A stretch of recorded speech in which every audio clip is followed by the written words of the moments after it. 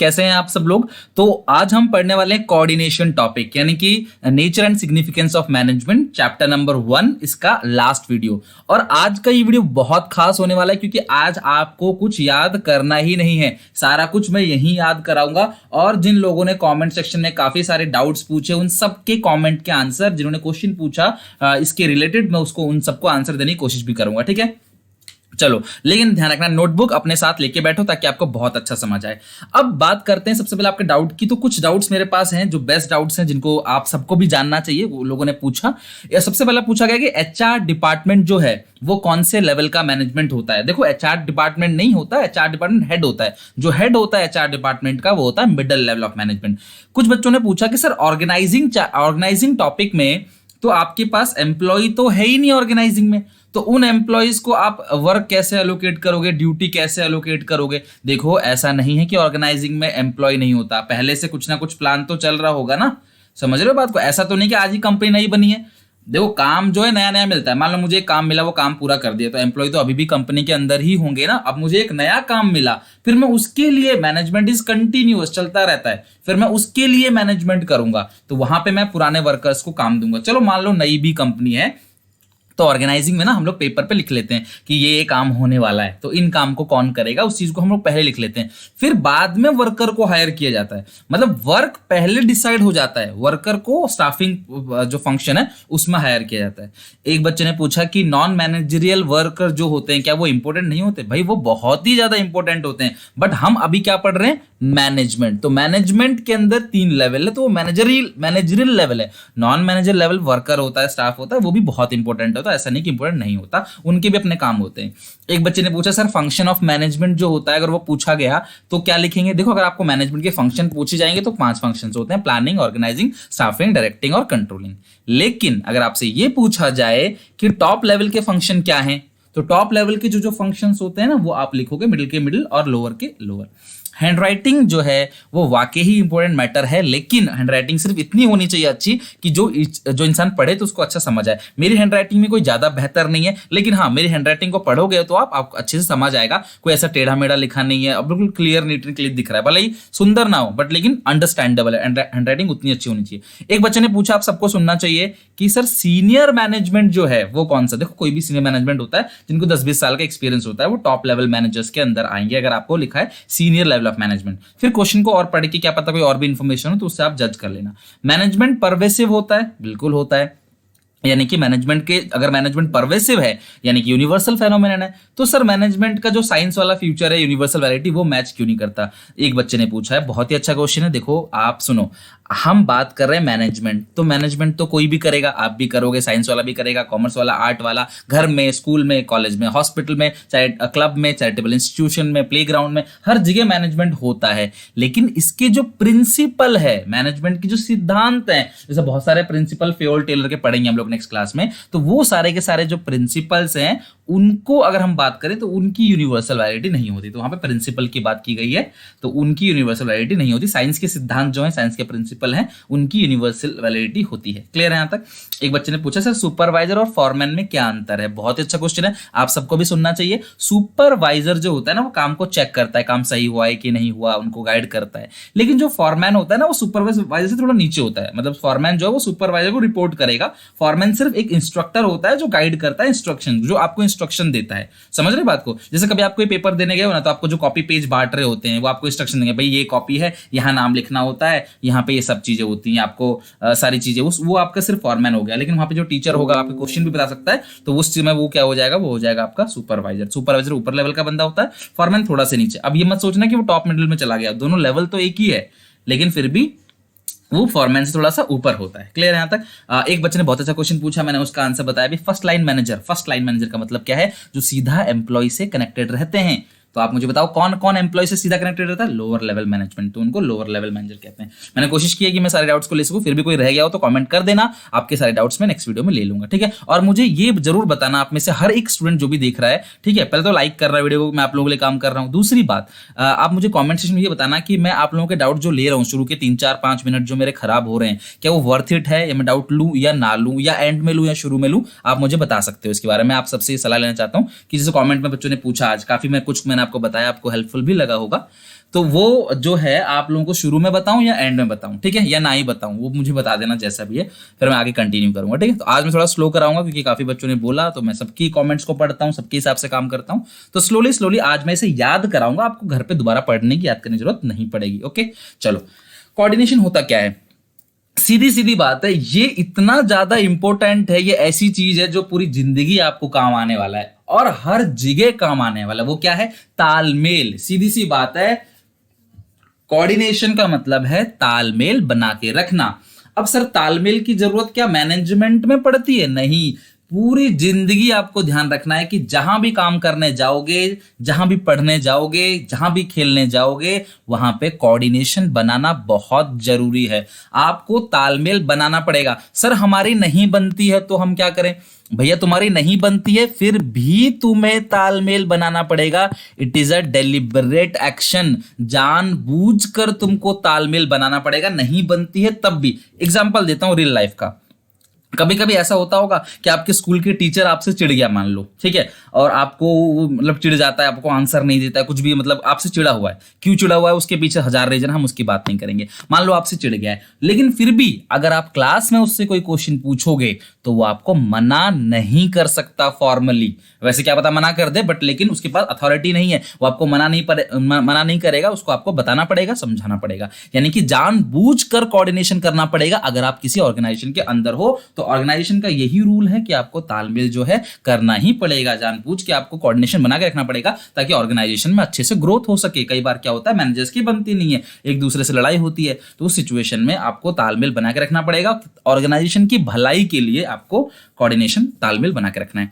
मैं आपको पढ़ा रहा हूं, आप मेरे से पढ़ रहे हो, अगर आपका और मेरा कोऑर्डिनेशन ना हो, तालमेल ना बैठे, तो आपको मेरा पढ़ाया हुआ समझ नहीं आएगा और मुझे भी आपको पढ़ाने में मजा नहीं आएगा। तो यहां पे नुकसान जो है वो दोनों का है। समझ रहे हो बात को? तो कोऑर्डिनेशन क्या करता है? अब हम कंपनी की बात करते हैं। कोऑर्डिनेशन इज द इंटीग्रेशन, जोड़ना, इंटीग्रेशन मतलब सबको जोड़ना, of the effort of the group members so that so as to provide unity of action. Class, unity of action का मतलब होता है जब आप सब लोग किसी एक चीज को अचीव करने के लिए काम करें। आप सबका जो एक्शन है, एक्शन का मतलब हम जो काम कर रहे हैं वो सबका एक ही है, और वो क्या है? ऑर्गेनाइजेशन गोल को अचीव करना। तो कोऑर्डिनेशन तालमेल लेके आता है, अलग अलग लोगों के बीच में एक ग्रुप बनाता है और उस ग्रुप को एक ही गोल की तरफ ले जाता है। और वो गोल क्या होता है? आपकी कंपनी का गोल, आपका खुद का गोल नहीं। सर खुद का गोल क्या होता है? मैं जैसे मान लो किसी कंपनी में चला गया, समझ रहे हो बात को? तो अगर मैं कंपनी में चला गया तो मैं क्या सोचूंगा कि यार मेरे को अच्छी सैलरी मिले, मेरा अपना मकान हो, अपनी गाड़ी हो, अपना जो भी है, इधर उधर की जो भी चीजें है वो मेरी अपनी, ये मैं अपने बारे में सोच रहा हूं। लेकिन नहीं, मुझे ये नहीं सोचना चाहिए। अगर मैं कंपनी के अंदर चला गया तो मुझे सोचना चाहिए यार कंपनी का गोल क्या है। कंपनी का गोल है कि 20% सेल्स इस बार इंक्रीज होनी चाहिए, तो मैं इस गोल को अचीव करने के लिए काम करूंगा। मुझे ये सोचना है कि अगर मेरी कंपनी अपना गोल अचीव कर लेगी तो मेरी कंपनी खुश होगी, मेरी कंपनी खुश होगी तो अपने एम्प्लॉयज को भी अच्छा पैसा देगी, तो मैं उस अच्छे पैसे से अपना घर, गाड़ी, जो भी मुझे लेना है मैं उसे खरीद पाऊंगा। बात समझ रहे हो ना? तो हम, मुझे अपने बारे में नहीं सोचना है। तो कोऑर्डिनेशन तालमेल ऐसा बनाता है कि हर इंडिविजुअल अपने बारे में नहीं सोचता, वो ऑर्गेनाइजेशन के गोल को अचीव करने के बारे में सोचता है। तो मीनिंग समझ में आ गया तालमेल। अब सर ये तालमेल इतनी जरूरी क्यों है? It is the essence of management. आप ये कह सकते हो कोऑर्डिनेशन जो है वो मैनेजमेंट में नेसेसरी है, जरूरी है, ड्यू टू रीजंस। किस रीजन से? ध्यान रखना, सबसे पहली बात, मैनेजमेंट की जितने भी आपके मैनेजमेंट के फंक्शन है, मैनेजमेंट के फंक्शन कितने, ये देखो, ये डायग्राम मैंने बनाया हुआ है, आपकी बुक में भी होगा, तो आप ये डायग्राम बना सकते हो। डायग्राम क्या शो करता है? देखो कितना अच्छा डायग्राम है, आपको देख के, टीचर को देख के लगेगा देखो सबसे पहले कि आपका पेज भर गया, जहां पे आप सीधे सीधे लिखते तो यहीं तक कि आपका पेज भरता, लेकिन आपने साइड में डायग्राम बना दिया तो आपका पेज देखो थोड़ा सा और बढ़ गया, तो लगता है कि आप, हाँ आंसर लग रहा है आपके, हाँ 3 मार्क्स का, 4 मार्क्स का है। तो ये पेज भरने की टेक्निक है। ये नहीं कि साइड में लाइन छोड़ के पेज भर दो, आप छोड़ के, कोई कहता है बड़ा बड़ा लिखेंगे पेज भर देंगे। भाई पेज नहीं भरना होता है, आपको सिर्फ पॉइंट टू पॉइंट आंसर लिखना है। लेकिन फिर भी आपका आंसर एक लेंथी लगे तो आप आधे पेज पे, देखो यहाँ पर डायग्राम बना दिया और आधे में लेफ्ट में आपने लिखने वाला काम कर दिया, तो आपका आंसर जो है वो अल्टीमेटली एक पेज का हो जाएगा। तो जितने भी फंक्शन है, planning, organising, staffing, directing, controlling, इन सब फंक्शन को बांधे रखता है, बाइंड करता है, बांध के रखता कौन है? कोऑर्डिनेशन। तो कोऑर्डिनेशन एक ऐसा, मतलब आप इसे कह सकते हो कि 6th फंक्शन ऑफ मैनेजमेंट कह सकते हो, मैनेजमेंट का 6ठा फंक्शन है, और एसेंस ऑफ मैनेजमेंट भी कह सकते हो आप इसको, जो सारे के सारे प्लानिंग, ऑर्गेनाइजिंग, स्टाफिंग। देखो प्लानिंग करने वाला इंसान अलग होता है, वो प्लानर होता है जहाँ माइंड वर्क ज्यादा होता है। ऑर्गेनाइजिंग करने वाला इंसान अलग है, भर्ती करने वाला इंसान अलग है, उनको दिशा देने वाला इंसान अलग है, कंट्रोलिंग करने वाला पर्सन अलग है। अगर ये सब लोग अलग अलग डायरेक्शन में जाएंगे तो ऑर्गेनाइजेशन गोल कैसे अचीव होगा? ये सब भले ही लोग अलग अलग हैं लेकिन सबका गोल एक ही है। समझ रहे हो? मैं आपको बिजनेस स्टडीज में ना नॉलेज दूंगा, नॉलेज बुक का रटा हुआ ना भी लिखो तब भी चलेगा, इतना दिमाग में भर दूंगा आपके नॉलेज कि आपको लगेगा कि यार ये सिर्फ बिजनेस स्टडीज आपके 12th में नहीं, जीवन भर काम आएगा। कैसे लाइफ में आगे बढ़ना है वो भी काम आएगा, और अपने आप अपने ओन लैंग्वेज में बना के लिख सको। तो बुक रीड किया करो ताकि राइटिंग स्किल अच्छी हो जाए ना, थोड़ा थोड़ा अपने ओन लैंग्वेज बना के। ये सारा लिखा हुआ मैंने ओन लैंग्वेज बना के लिखा है, तो आपको बिल्कुल अच्छे से बच्चे नंबर लाते हैं क्लास, बहुत अच्छे अच्छे नंबर, तो 90 प्लस स्कोर करते हैं, 95 प्लस स्कोर करते हैं, तो आप भी आराम से करोगे। अपने आप बना के लिखो, टेंशन नहीं होगी, सरदर्द नहीं होगा और याद रहेगा। तो सर कोऑर्डिनेशन क्यों चाहिए? सारे के सारे फंक्शन को बांधे रखने के लिए चाहिए। जितने भी फंक्शन है ना मैनेजमेंट के, प्लानिंग हो, चाहे ऑर्गेनाइजिंग हो, चाहे स्टाफिंग हो, चाहे डायरेक्टिंग हो, चाहे कंट्रोलिंग हो, हर फंक्शन को क्या चाहिए? कोऑर्डिनेशन चाहिए। प्लानिंग वाला इनसे कोऑर्डिनेशन करेगा, ये वाला इनसे कोऑर्डिनेशन करेंगे, ये वाला इनसे, ये वाला इनसे, हर कोई मिलके एक दूसरे से देखो यहाँ पे कोऑर्डिनेशन करेगा। That is coordination is needed to perform all the function of management. To achieve the organization goal, there must be coordination in the function of management, that is planning, organizing, staffing, directing, controlling. All the function of management interrelated to each other.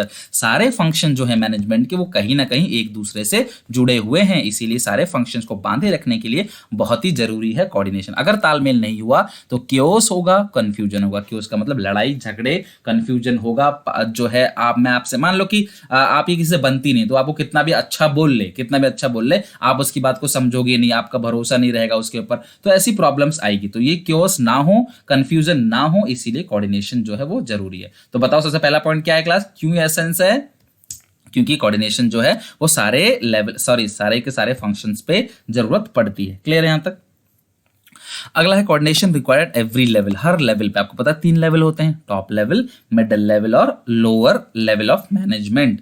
तो अब आपको ध्यान रखना है कि जो lower level और lower level management है उनका एम्प्लॉयज के साथ कोऑर्डिनेशन होना चाहिए। टॉप लेवल तो लिंक होता है ना, टॉप लेवल कौन होता है? जो मिडिल लेवल है वो लिंक है, वो टॉप लेवल और लोअर लेवल को बांधे रखता है। आपने पुरानी वीडियोस देखी होगी मेरी, इससे पहले वाली वीडियो पार्ट नंबर 2, तो मैंने कहा था जो मिडिल लेवल मैनेजमेंट है वो लिंक क्रिएट करता है टॉप लेवल और लोअर लेवल के बीच में। तो सोचो अगर टॉप लेवल वाला, अगर मिडिल वाला बातचीत नहीं करे, कोऑर्डिनेशन ना करे, टॉप लेवल की इंफॉर्मेशन कैसे देगा लोअर वाले को? लोअर वाला एम्प्लॉय से बातचीत ना करे तो उनको सजेशन कैसे दिया जाएगा, उनकी प्रॉब्लम्स को कैसे समझा जाएगा? तो यानी कि कोऑर्डिनेशन जो है, तालमेल, वो हर लेवल पे भी जरूरत है, हर फंक्शन में भी जरूरत है। Top level management required to integrate all the activities of organization. Organization की सारी एक्टिविटीज को मैनेज करने के लिए कोऑर्डिनेशन यानी कि तालमेल करना जरूरी है। अगर आप कोऑर्डिनेशन ना करो, बातचीत ना करो, घुलो मिलो नहीं, तो आप कैसे प्रॉब्लम समझ पाओगे? एम्प्लॉयज की क्या जरूरत है कैसे समझोगे? And middle level management is also a link pin between top and lower level management, so it requires coordination to transfer plan and policy to the lower level management. जितने भी प्लान पॉलिसी है वो lower level में transfer करने की जिम्मेदारी किसकी? Middle level management की।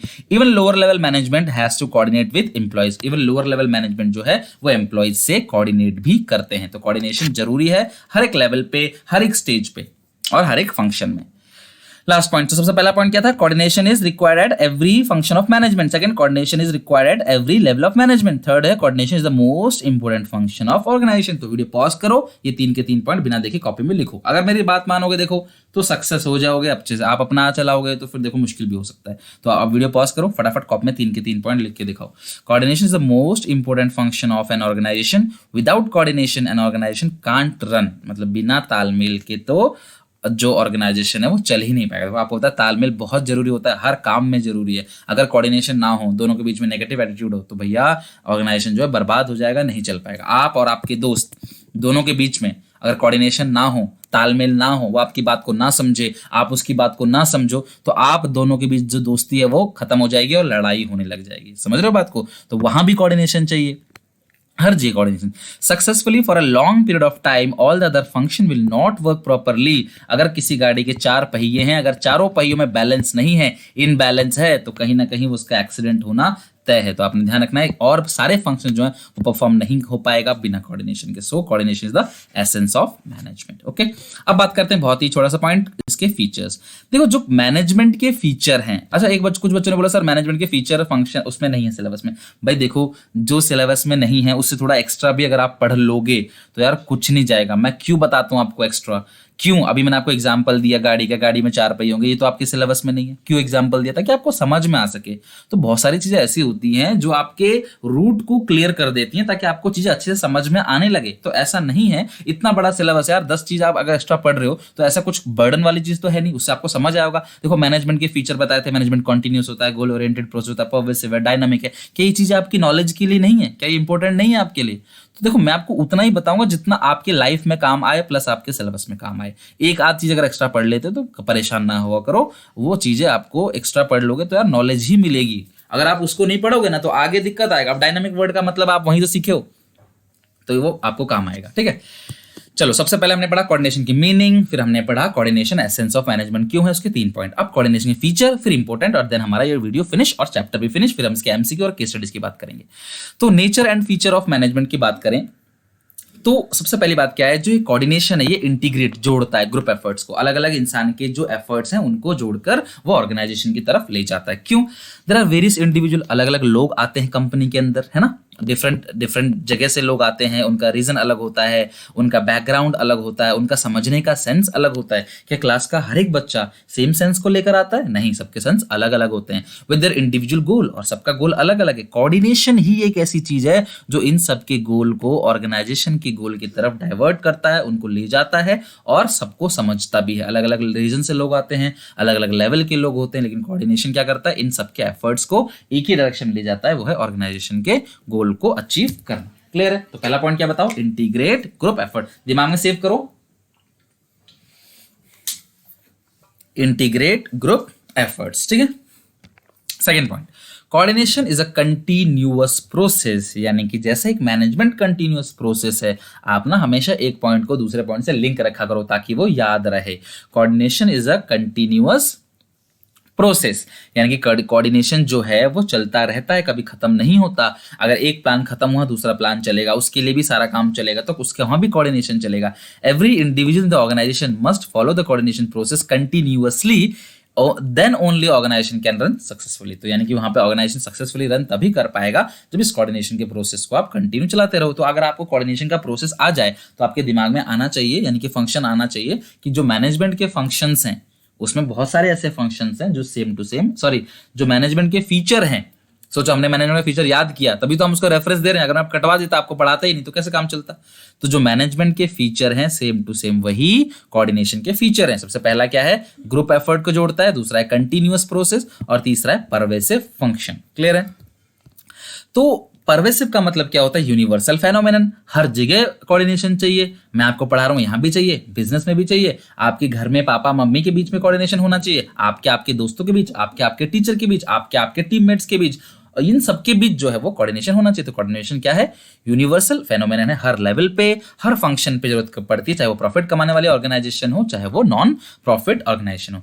तो आप ये ध्यान रखना कि पेपर में आपको लिख के आना है, एक नंबर का भी छोड़ के नहीं आना किसी कीमत में। इतना पढ़ाया आपको, कुछ ना कुछ लिखना, बट आपको स्किप नहीं करना एक नंबर का भी। ठीक है, फोर्थ पॉइंट, डेलिब्रेट। मैंने बताया डेलिब्रेट का मतलब तो जानबूझकर ये कोऑर्डिनेशन आपको करना पड़ेगा। देखो कॉपरेशन जानबूझ के नहीं होता। मैं रास्ते में जा रहा हूं और मान लो किसी को रोड क्रॉस कराना हो, किसी बूढ़े इंसान को, तो मैंने सोचा यार चल इसकी हेल्प कर देता हूं। कोई जरूरी थोड़ी है, मैं कोई मुझे फोर्स करेगा नहीं कर, नहीं मेरी मर्जी, मैं उसकी हेल्प कर दिया। तो मैंने इस चीज को बोलते हैं कॉपरेशन, कि मैंने किसी की मदद कर दी, मेरी अच्छी अपनी इच्छा से, श्रद्धा से मैंने चल मदद कर दी, that is cooperation. But coordination क्या होता है, कोऑर्डिनेशन डेलिब्रेट है, आपको करना ही पड़ेगा, तालमेल बनाना पड़ेगा, बातचीत करनी पड़ेगी। अगर आप ऑर्गेनाइजेशन का हिस्सा हो तो आपको ये काम करना पड़ेगा। Coordination, every manager try to coordinate the activities of the organization. Purchase department का प्रोडक्शन डिपार्टमेंट से लड़ाई झगड़ा है मान लो, फिर भी परचेज डिपार्टमेंट कोऑर्डिनेट करेगा, किससे, प्रोडक्शन डिपार्टमेंट से। एक और एग्जांपल देता हूं, अभी हाल फिलहाल में आपने न्यूज सुनी टीवी में कि सोनिया गांधी जी ने मोदी जी को चिट्ठी लिखी है कि किसी तरीके की हेल्प के लिए, या योगी आदित्यनाथ जी को चिट्ठी लिखी है किसी तरह बस लगवाने के लिए, जो भी हेल्प के लिए। तो इनकी तो बनती नहीं आपस में, ये तो लड़ाई झगड़ा करते रहते हैं हमेशा। लेकिन स्टिल अगर वो कंट्री में है, कंट्री की पॉलिटिक्स में है, तो वो कहीं ना कहीं एक दूसरे से कोऑर्डिनेशन करेंगे। वो लड़ाई होती है, देखो ममता बनर्जी की कितनी लड़ाई होती है, मोदी जी से, वो नहीं उनकी बनती दूसरे से, लेकिन फिर भी जब वो वीडियो कॉन्फ्रेंसिंग में आते हैं तो वो बात करते हैं। क्यों? वहां पे डेलिब्रेट एक्शन है, वो काम करना ही पड़ेगा। आपकी अपनी पर्सनल चीजों को आप मैनेजमेंट के अंदर लेकर नहीं आ सकते। तो कोऑर्डिनेशन क्या है? डेलिब्रेट फंक्शन है। नेक्स्ट है coordination the responsibility all manager. Her manager की कोऑर्डिनेशन क्या है?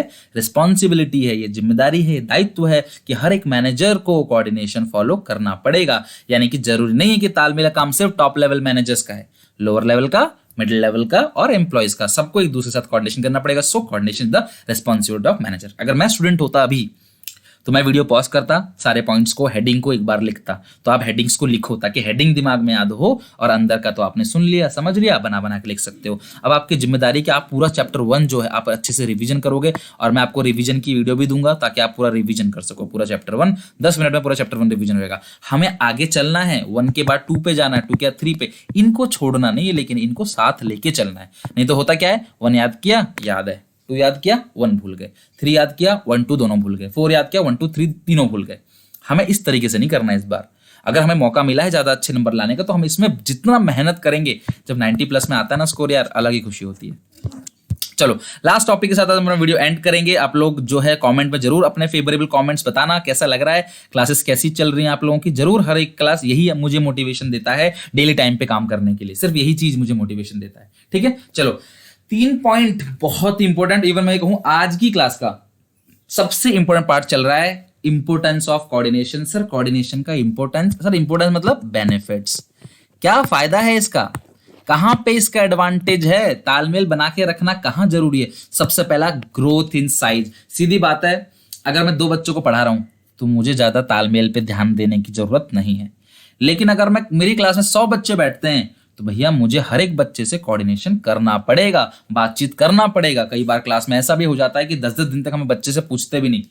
कई बार ऐसा हो जाता है नाम भी नहीं याद रहता बच्चों का, कई बार हम उनके डाउट भी नहीं ले पाते, बच्चा भी नहीं पूछता, भी 100 लोग हैं मैं क्या पूछूं, होता है ना ऐसा। तो जितना बड़ा ग्रोथ साइज होगा उतना ही ज्यादा कोऑर्डिनेशन चाहिए होगा। जिस कंपनी में थोड़े बहुत एम्प्लॉयज हैं कोई टेंशन नहीं, जिस कंपनी में ज्यादा एम्प्लॉयज हैं वो कंपनी क्या करती है, सैटरडे को गेट टुगेदर रखती है।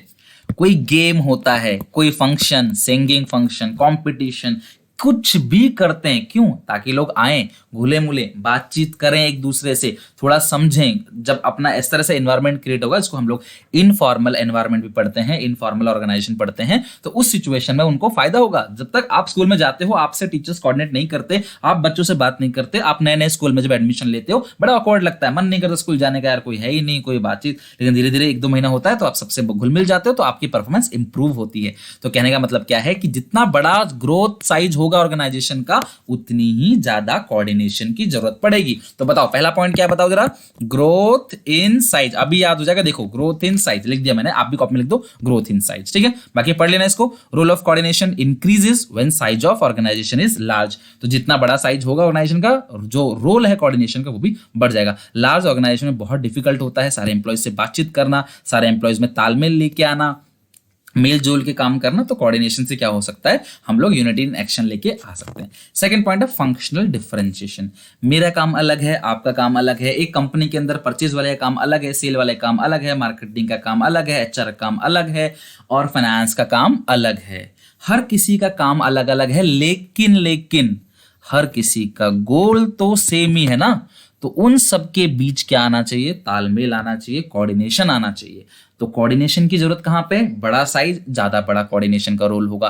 फंक्शनल, सबका फंक्शन अलग अलग है, तो हम सबको समझाएंगे भाई तुम्हारा फंक्शन अलग है, तुम्हारा फंक्शन अलग है, मेरा फंक्शन अलग है, लेकिन हम सबका गोल तो एक ही है। तो हम सबके बीच क्या होना चाहिए, तालमेल होना चाहिए। एग्जाम्पल, सेल मैनेजर, सॉरी जो सेल करने जाता है ना पर्सन, जो कमीशन बेस पे जाके घर घर सामान बेचता है, बाजार में सामान बेचता है, तो वो कस्टमर से फीडबैक भी लेता है, कस्टमर से पूछता है भाई ये वाला सामान। अब मान लो कि मेरे घर को डिलीवरी करने आता है, तो मैं उसको बोलता हूँ भाई यार इस प्रोडक्ट में ये कमी है, और वो जाके बताता किसको, प्रोडक्शन मैनेजर को जाके बताता है यार कंप्लेन कर रहे थे कस्टमर कि इस वाले प्रोडक्ट में तो ये दिक्कत है, ये परेशानी है। तो वहां पे वो क्या करेगा, अपनी गलती को सुधारेगा। तो लेकिन अगर ये इससे कुछ बोले ही ना, कोऑर्डिनेशन, मेरा काम सेल करना है भाई, मुझे क्या पता प्रोडक्शन से, तो उस सिचुएशन में ऑर्गेनाइजेशन का गोल अचीव नहीं होगा। भले ही दोनों को तनख्वाह तो अपनी मिलेगी, लेकिन जो कंपनी का गोल है वो अचीव नहीं हो पाएगा, कंपनी अच्छा नहीं कमा पाएगी। और अगर कंपनी को बर्बाद करोगे आप, तो कंपनी फिर आपको भी बर्बाद कर देगा। आपको रखेगा कैसे, मुझे तनख्वाह नहीं मिलेगी, मैं 4 लोगों को क्यों रखूंगा। तो वो 4 लोग मेरे भले के बारे में सोचे, मेरा फायदा होगा, फिर मैं उन 4 के बारे में सोचूंगा। भाई गूगल कंपनी ज्यादा तनख्वाह देती है अपने एम्प्लॉयज को, क्यों, क्योंकि गूगल कंपनी ही बड़ी है। जो कंपनी बड़ी उसके एम्प्लॉयज बड़े, सीधी सी बात है। तो आपको अपने बारे में नहीं, अपने कंपनी के बारे में, एम्प्लॉयज के बारे में सोचना है। तो फंक्शनल डिफरेंशिएशन कहता है कि सबके फंक्शन अलग अलग है, लेकिन सबके फंक्शन के बीच कोऑर्डिनेशन चाहिए, क्योंकि बिना सब फंक्शन एक दूसरे से रिलेटेड है, बिना एक दूसरे के काम के वो गोल अचीव नहीं हो सकता। समझ रहे बात को? मान लो रेस्टोरेंट में कोई आपके पास डिलीवरी देने आता है, आपने शाही पनीर मंगवाई, ठीक है, अब वो शाही पनीर लेके आ गया पर उसमें कोई प्रॉब्लम थी, तो आप उसको बताओगे ना, भाई देख इस तरीके से नहीं, इसमें ज्यादा ये प्रॉब्लम थी। वो जाके बताया किसको? कुक को, तो कुक अपनी गलती सुधारेगा, कल को कुक को भी पॉजिटिव फीडबैक मिलेगा और डिलीवरी बॉय को भी पॉजिटिव फीडबैक मिलेगा, काम भी बढ़ेगा, उससे दोनों का फायदा होगा। लेकिन अगर वो एक दूसरे से लड़ाई चल रहा हो कि नहीं मैं नहीं बताऊंगा, अच्छी बात है, कल को उसके नाम पे कंप्लेन कर देगी और वो, तो दोनों का घाटा होगा। तो फंक्शनल डिफरेंशिएशन, पहला पॉइंट क्या लिखवाया था बताओ मैंने? Growth in size. दूसरा होता है फंक्शन, सबका फंक्शन अलग अलग होता है, तो सबके फंक्शन में क्या लाना पड़ेगा? एक यूनिटी लानी पड़ेगी, कोऑर्डिनेशन लाना पड़ेगा। लास्ट है स्पेशलाइजेशन।